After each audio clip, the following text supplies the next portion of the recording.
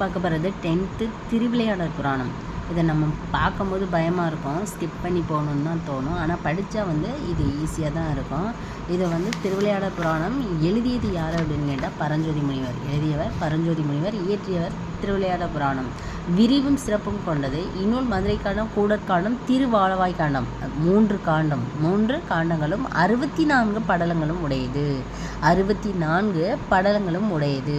மதுரை காண்டம், கூடற்காண்டம், திருவாளவாய் காண்டம் 3 காண்டங்களும் 64 படலங்களும் உடையது.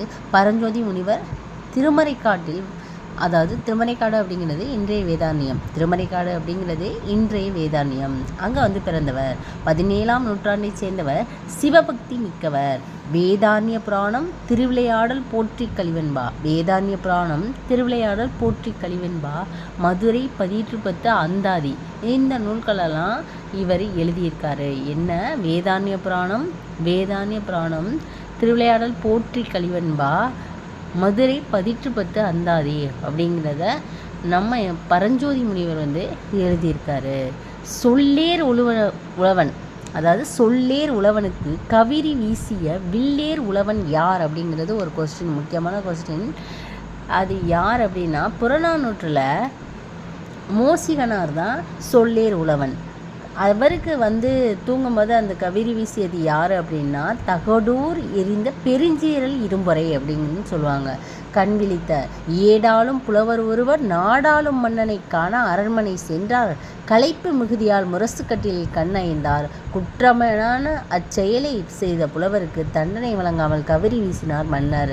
உறங்கிய புலவர் மோசிகனார், கவரி வீசிய மன்னர் தகடூர் எரிந்த பெருஞ்சேரல் இரும்புரை. கண் விழித்த புலவர் மன்னரின் செயலை கண்டு வியந்து பாடி பாமலை பொழிந்தாராம். இதை சொல்றது, இந்த பாடல் அவர் பாடினது மாசர விசித்த வார்புரு வளர்ப்பின், மாசர விசித்த வார்புரு வல்பின் அப்படிங்கிறது புறநானூறு பாடல். இது புறநானூறு பாடல். இது எதுக்கு சொல்ல, இது எக்ஸ்ட்ராஸ் தான். இப்போ நம்ம திருவிளையாடல் புராணம் பார்க்க போகிறோம். அதில் திருவாளவாய் காண்டத்தில் 10th புக்கில் இருக்குது இடைக்காடன் பிணக்கு தீர்த்த படலம். இது எதில் இருக்குது அப்படின்னா இடைக்காடன் பிணக்கு தீர்த்த படலம் எதில் இருக்குது அப்படிங்கும்போது திரு ஆளவாய் காண்டம். திரு ஆளவாய் காண்டம். அப்போ ஃபஸ்ட்டு எத்தனை காண்டம் பார்த்தோம்? 3 காண்டம் பார்த்தோம். என்னென்ன அப்படின்னா மதுரை காண்டம், கூடர் காண்டம், திருவாளவாய் காண்டம். அப்போ இடைக்காடன் பிணக்கு தீர்த்த படலம் எதில் இருக்குது அப்படின்னு கொஸ்டின் வந்தால் நம்ம சொல்லணும் திரு ஆளவாய் காண்டம் அப்படின்னும். இதில் வல்ல பாடல் சுருக்கம். பாண்டிய நாட்டை ஆட்சி புரிந்த குசேல பாண்டியன் என்னும் மன்னன் தமிழ் புலமையில் சிறந்து விளங்கினான். கபிலரின் நண்பரான இடைக்காடனார் என்னும் புலவர் தாம் இயற்றிய கவிதையினை மன்னன் முன்பு பாட அதை பொருள்படுத்தாமல் மன்னன் புலவரை அவமதித்தான். மனம் வருந்திய இடைக்காடனார் இறைவனிடம் முறையிட்டார். மன்னனின் பிழையை உணர்த்துவதாக இறைவன் கடம்பவன கோவிலை விட்டு நீங்கி வட திரு ஆளவாயில் சென்று தங்கினார். இதை அறிந்த மன்னன் தன் பிழையை பொறுத்தள்ளுமாறு இறைவனை வேண்ட இடைக்காடனாருக்கு சிறப்பு செய்தான்.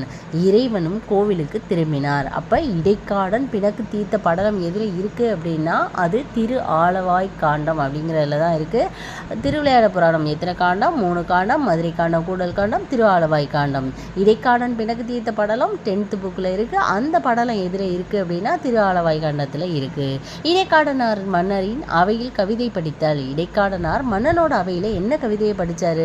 அதை ஏன் கண்டுக்கலை அப்படின்னா இந்த கவிதையை தான் படிச்சிருக்காரு. கலிந்த பெரும் கேள்வினான், கலிந்த பெரும் கேள்வினான் என கேட்டு முழுது உணர்ந்த கபிலன் தன்பால், கலிந்த பெரும் கேள்வியினான் என கேட்டு முழுது உணர்ந்த கபிலன் தன்பால் பொலிந்த பெரும் காதல் மிகு கேண்மையினான் இடைக்காட்டு புலவன் தென் சொல். பொலிந்த பெரும் காதல் மிகு கேண்மையினான் இடைக்காட்டு புலவன் தென் சொல். மொழிந்த அரசன் தன்னை காண்டும் என தொடுத்து பணுவலோடு மூறி தீந்தேன் வலிந்து ஒழுகு தாரானை கண்டு தொடுத்து உரைப்பணுவல் வாசித்தான் ஆள்.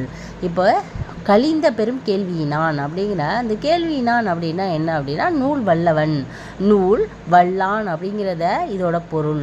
சொல்லும் பொருளை கேட்பாங்க. கேள்வியினான் அப்படின்னா என்னன்னா நூல் செய்யக்கூடிய நூல் வல்லான். கேண்மையினான் அப்படின்னா நட்பினன். கேள்வியினான் அப்படின்னா நூல் வல்லான். கேண்மையினான் அப்படின்னா நட்பினன். பணுவல் அப்படிங்கிறது நூல். தார் அப்படிங்கிறது மாலை. இதோட சொல் பொருள் கலிந்த பெரும் கேள்வியினான் என கேட்டு முழுது உணர்ந்த கபிலன் தன்பால் பொலிந்த பெரும் காதல் மிகு கேள்வியினான் இடைக்காட்டு புலவன் தென்சொல் மொழிந்து அரசன் தனை காண்டும் என தொடுத்த பணுவலோடு மூறி தீந்தேன் வலிந்து ஒழுகுதாரானைக் கண்டு தொடுத்து உரைப்பணுவல் வாசித்தான் ஆம் அப்படிங்கிறது இடைக்காடன் மன்னனின் அவையில் கவிதை படிக்கிறார் இந்த பாடல் வரி. அதுக்கடுத்து மன்னன் தன் புலமையை மதிக்காமை குறித்து இறைவனிடம் முறையிடல். சந்நிதியில் வீழ்ந்து எழுந்த தமிழ் அறியும் பெருமானை தன்னை சார்ந்தோர் சந்நிதியில் வீழ்ந்து எழுந்து தமிழ் அறியும் பெருமானை தன்னை சார்ந்தோர் நல் நிதியே திரு ஆளாய் உடைய நாயகனே நகுதார் வேம்பன். நல்நிதியே திரு ஆளவாய் உடைய நாயகனே நகுதார் வேம்பே பொன்னிதி போல் அளவு இறந்த கல்வியும் மிக்க உளான் என்று புகழக் கேட்டு சொல் நிறையும் கவி தொடுத்தேன் அவமதித்தான் சிறிதும் மூடி துலக்கான் ஆகி. அதாவது சந்நிதியில் வீழ்ந்து எழுந்து தமிழறியும் பெருமானை தன்னை சார்ந்தோர் என்ன பண்ணுறாங்க, தன்னை சார்ந்தோர் நல் நிதியை திரு ஆளவாயுடைய நாயகனே நகுதார் வேம்பின் அப்படின்னு. இதோட பொருள் ஆளவாய் அப்படின்னா மதுரை, ஆளவாய் அப்படிங்கிறது மதுரை, ஆளவாய் அப்படின்னா மதுரை. தார் அப்படிங்கும்போது மாலை, ஆளவாய் அப்படிங்கிறது மதுரையை தான் குறிக்குது, தார்னா மாலையை குறிக்குது, இறந்தனா கடந்தவ குறிக்குது, புகழனா சொல்ல, முடி அப்படிங்கிறது தலை. இதில் நமக்கு தெரியாதது எது அப்படின்னா ஆளவாய் அப்படிங்கிறது மதுரையை சொல்கிறாங்க, முடினா தலை. அதோட பாடல் சந்நிதியில் வீழ்ந்தெழுந்த தமிழறியும் பெருமானை தன்னை சார்ந்தோன் நல் நிதியை திரு ஆளவாய் உடைய நாயகனை நகுதார் வேம்பன் பொன்னிதி போல் அளவு இறந்த கல்வியும் மிக்குளான் என்று புகழக் கேட்டு சொல் நிறையும் கவி தொடுத்தேன் அவமதித்தான் சிறிதும் முடி துலக்கான் ஆகி. முடி அப்படிங்கிறது தலை. என்னை இகழ்ந்தனனோ சொல் வடிவாய் நின்னிடம் பெரிய இமைப்பாவை. என்னை இகழ்ந்தனனோ அடுத்த பாடல் என்னை இகழ்ந்தனனோ சொல் வடிவாய் நின்னிடம் பெரியா இமைப்பாவை தன்னையும் சொல் பொருளான உன்னையுமே இகழ்ந்தனன் என் தனக்கு யாது என்ன முன்னை மொழிந்து இடைக்காடன் தனியாத முனிவு ஈர்ப்ப முத்தி சென்றான் அன்ன உரை திருச்செவியின் ஊறுபாடு என உரைப்ப அருளின் மூர்த்தி. சொல்லும் பொருள் நம்ம பார்த்தோம். மொழிந்து அப்படின்னா இங்கே கூறி, முடினா முதல்ல பார்த்தோம் சொல்லும் பொருளில் தலை அப்படின்னு. இங்கே மொழிந்து கூறி, முனிவு சினம், உரைப்ப கூற, இதெல்லாமே நமக்கு தெரியும். என்னை இகழ்ந்தனோ சொல்வடிவாய் நின்னிடம் பெரியா இமைப்பாவை. அங்கே முதல்ல சந்நிதியில் வீழ்ந்தெழுந்த தமிழறியும் பெருமானே அப்படின்னா செகண்ட் பாடலா. என்னை இகழ்ந்தனோ சொல்வடிவாய் நின் இடம் பெரியா இமைப்பாவை அப்படிங்கிறதும்.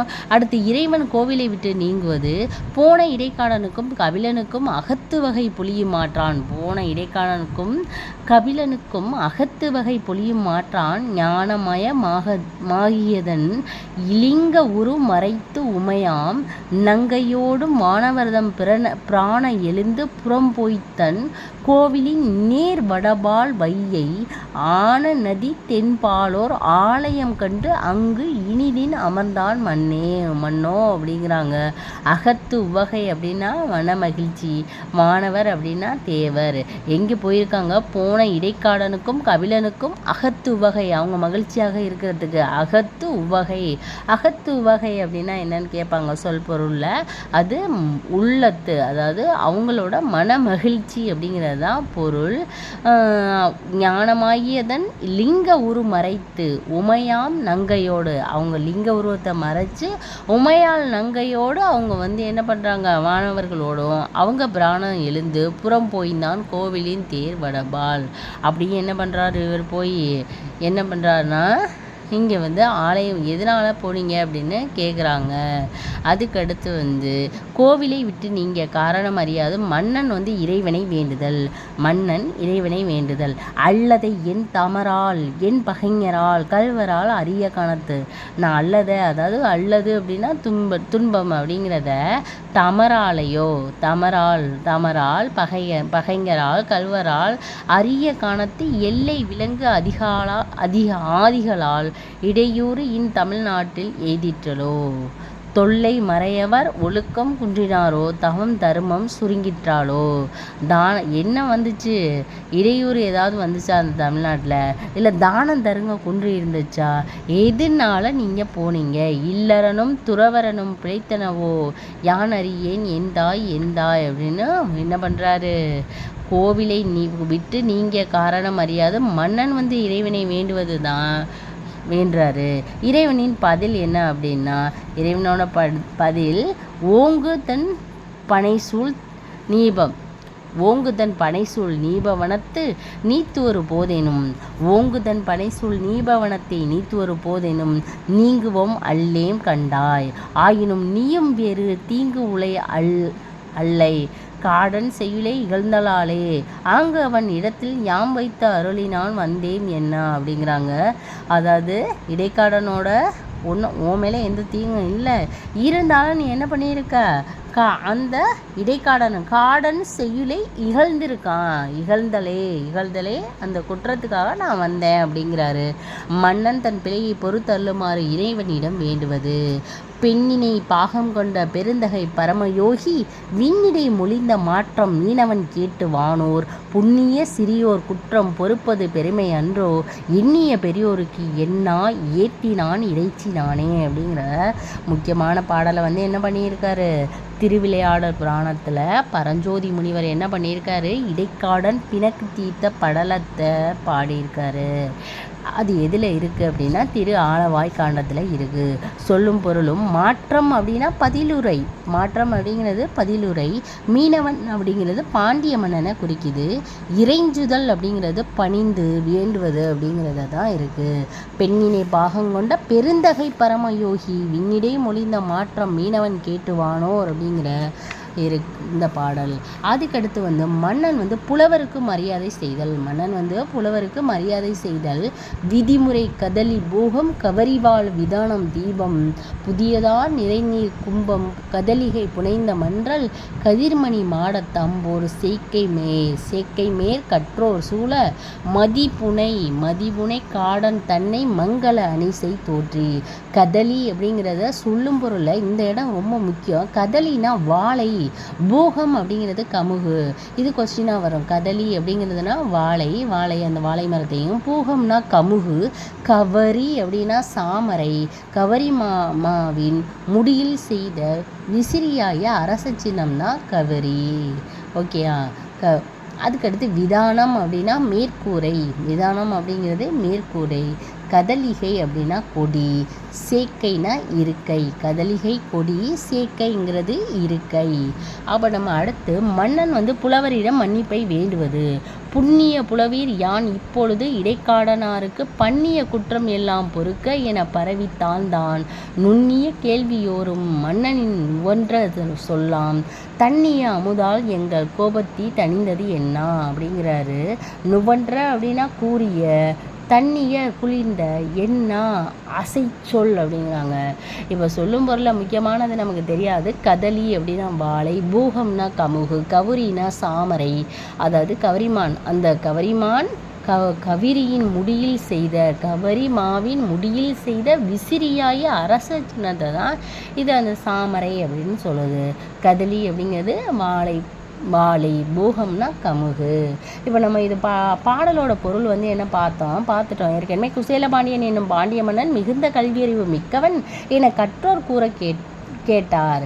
இடைக்காடனார் என்னும் புலவர் கலைகளை முழுவதும் உணர்ந்த நண்பர் கபிலரின் மேல் அன்பு கொண்ட அப்புலவர் மிகவும் இனிய தேன் ஒழுகும் வேப்பமாலையினை அணிந்த பாண்டியனின் அவைக்கு சென்று தாம் இயற்றிய கவிதையை பாடினார். இடைக்காடனார் இறைவன் திருமுன் விழுந்து வணங்கி எழுந்து தமிழறியும் பெருமானே, அடியாருக்கு நல்நீதி போன்றவனே, திரு ஆலவாயில் உரையும் இறைவனே அப்படின்னு பாட்டு பாடுறாரு. அதை வந்து அந்த 2வது பாடலில் இடைக்காடனார் வந்து இறைவனிடம் இதன் மூலம் பாண்டியன் என்னை இகழவில்லை, சொல்லின் வடிவாக உன் இடப்புறம் வீற்றிருக்கும் பார்வதி தேவியையும் சொல்லின் பொருளாக விளங்கும் உன்னையையும் அவமதித்தான் என்று சினத்துடன் கூறி சென்றார். இந்த பாடலை பாடும்போது அவர் வந்து அந்த பாடலை அவர் பெருசும் கண்டுக்கலை. அப்போ நீ என்ன அவமதிக்கலை, உன்னோட இடப்புறம் வீட்டிருக்கும் பார்வதி தேவியும் சொல்லின் பொருளாக விளங்கும் உன்னையும் தான் அவமதித்தான் அப்படின்னு சொல்லி அவர் கோபமாக திட்டிட்டு கடவுளை என்ன பண்ணுறாரு, திட்டிட்டு போயிடுறாரு. அப்போ அவரது சொல் வேற்படை போல் இறைவனின் திருச்செவியில் சென்று தைத்தது. கோவிலை விட்டு வெளியேறிய இடைக்காடனாருக்கும் அவர் நண்பராகிய கபிலருக்கும் மன மகிழ்ச்சியை தர நினைத்தார் இறைவன். ஞானமாகிய தம்முடைய லிங்க வடிவத்தை மறைத்து கொண்டார். உமாதேவியோடும் திருக்கோவிலை விட்டு வெளியேறி நேர் வடக்கே வைகை ஆற்றின் தென்பக்கத்துக்கு ஒரு திருக்கோவிலை உருவாக்கி அங்கு சென்று இருந்தார். எங்கே இருந்தார்? வைகை ஆற்றோட தெற்கு பகுதி, வைகை ஆற்றின் தென்பகுதி, வைகை ஆற்றின் தென்பக்கத்தே ஒரு திருக்கோவிலை விட்டு அங்கே விலக்கி அதோட நேர் வடக்கில் வைகை ஆற்றோட தெற்கு பகுதியில் வைகை ஆற்றின் தெற்கு பகுதியில் ஒரு திருக்கோவிலை உருவாக்கி அங்கே சென்று இருந்தார். இறைவனை என்னால், என் உறவுகளால், என் பகைஞரால், கல்வரால், காட்டில் உள்ள விலங்குகளால் தமிழ்நாட்டில் தங்களுக்கு இடையூறு ஏற்பட்டதா, நீங்கள் எதனால் போனீங்க அப்படின்னு கடவுளை கேட்குறாங்க. அப்போ இறைவன் சொல்கிறாரு, இறைவன் மன்னனிடம் சிறந்த குளிர்ந்த வயல்கள் சூழ்ந்த கடம்பவனத்தை விட்டு ஒருபோதும் நீங்க மாட்டோம். இடைக்காடன் பாடலை இகழ்ந்த குற்றம் தவிர வேறு குற்றம் உன்னிடம் இல்லை அப்படின்னு கடவுள் இறைக்காடன்கிட்ட சொல்றாரு. வானிலிருந்து ஒலித்த இறைவனின் சொல் கேட்டு பாண்டிய மன்னன் உமையை ஒரு பாகத்தில் கொண்ட மேலான பரம்பொருளே, புண்ணியனே, சிறியவர்களின் குற்றம் பொறுப்பது பெரியவருக்கு பெருமை அல்லவா என்று தன் குற்றத்தை பொறுக்க வேண்டி வணங்கினான். மன்னனது மாளிகை வாளையும் கமுகும் சாமரையும் மேல்வித்தானமும் விளக்கும் உடையது அப்படின்னு பாடுறாங்க. பாண்டியன் புண்ணிய வடிவான புலவர்களை நான் இடைக்காடனாருக்கு செய்த குற்றத்தை பொறுத்து கொள்ள வேண்டும் என்று பணிந்து வணங்கினான். நுண்ணிய கேள்வி அறிவுடைய புலவர்களும், மன்னா, நீ கூறிய அமுதம் போன்ற குளிர்ந்த சொல்லால் எங்கள் சினமான தீ தணிந்தது என்றனர்.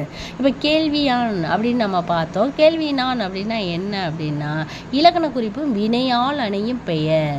காடனுக்கும் கபிலனுக்கும் அப்படின்னா எண்ணும்மை.